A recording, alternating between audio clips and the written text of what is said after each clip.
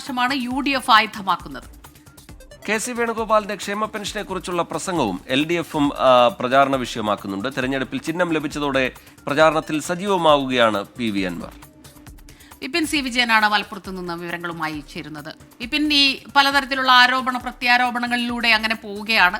ഓരോ രീതിയിൽ ഇപ്പോൾ ക്ഷേമ പെൻഷന്റെ കാര്യം പറഞ്ഞതിൽ കെ.സി. വേണുഗോപാൽ മാപ്പ് പറയണമെന്ന് പറയുന്നു. അതിന് കൃത്യമായിട്ട് ആ ഒരു കാര്യം ആയുധമാക്കുകയാണ് LDF. അതോടൊപ്പം തന്നെ ഇപ്പോൾ PV അൻവർ ഇന്നലെയോടുകൂടി ഈ ചിത്രം വ്യക്തമാകുന്നു. അപ്പോൾ ഇന്ന് മുതൽ നമുക്ക് കാണാൻ കഴിയുക കടുത്ത തെരഞ്ഞെടുപ്പ് ചൂട് തന്നെയാണ് നിലമ്പൂരിൽ, അല്ലേ?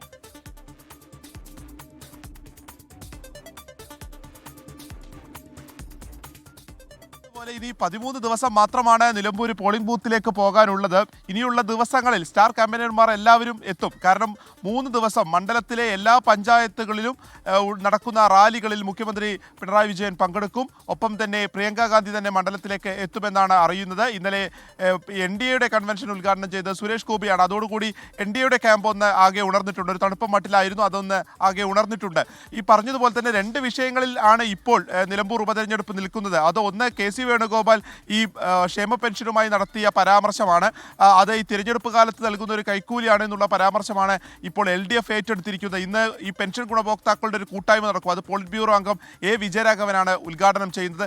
അത്തരത്തിലാണ് അവർ UDFനെ സമ്മർദ്ദത്തിലാക്കാൻ നോക്കുന്നതെങ്കിൽ തിരിച്ച് മലപ്പുറത്തെ സംബന്ധിച്ച് അത് ഹിന്ദുവിൽ വന്നിട്ടുള്ള മുഖ്യമന്ത്രിയുടേതായിട്ടുള്ള ലേഖനം, ആ ലേഖനത്തെ സംബന്ധിച്ച് മലപ്പുറത്തെ അവഹേളിച്ചു, ന്യൂനപക്ഷത്തെ അവഹേളിച്ചു എന്നുള്ളതിലാണ് ഇപ്പോൾ UDF പിടിച്ചിരിക്കുന്നത്. ആ രീതിയിലുള്ള ഒരു പരാമർശമാണ്. അതിൽ സ്ഥാനാർത്ഥിയുടെ നിലപാട് എന്താണ് തുടങ്ങിയിട്ടുള്ള ചോദ്യങ്ങൾ ഇന്നലെ തന്നെ നേതാക്കളെല്ലാം ചോദിച്ചു. ഒപ്പം തന്നെ ഈ കൂരിയാട് ദേശീയപാതയുമായി ബന്ധപ്പെട്ട വിഷയങ്ങളുണ്ട്. ഇതൊക്കെയാണ് ഇപ്പോൾ പ്രധാനമായും നിലമ്പൂരിൽ ഒരു ചർച്ചയായി നടക്കുന്നത്. ഇതിനിടയിൽ PV അൻവറിന് ഇന്നലെ കത്രിക ചിഹ്നമാണ് ലഭിച്ചിരിക്കുന്നത്. കത്രിക പൂട്ടിയവരെ ഈ കത്രിക കൊണ്ട് നേരിടും എന്നുള്ളതായിരുന്നു PV അൻവർ പറഞ്ഞിരുന്നത്. കഴിഞ്ഞ ദിവസങ്ങളിലൊക്കെ അദ്ദേഹം ഈ പരസ്യ പ്രചാരണങ്ങളിൽ നിന്നും ഒക്കെ ഒന്ന് വിട്ടുനിൽക്കുകയായിരുന്നു. അതോടുകൂടി അദ്ദേഹം ഈ നാമനിർദ്ദേശ പത്രിക പിൻവലിക്കുമോ എന്നുള്ള ഒരു അഭ്യൂഹമൊക്കെ പരന്നിരുന്നു. പക്ഷേ അതുണ്ടായില്ല. അദ്ദേഹം മത്സര രംഗത്തുണ്ട്.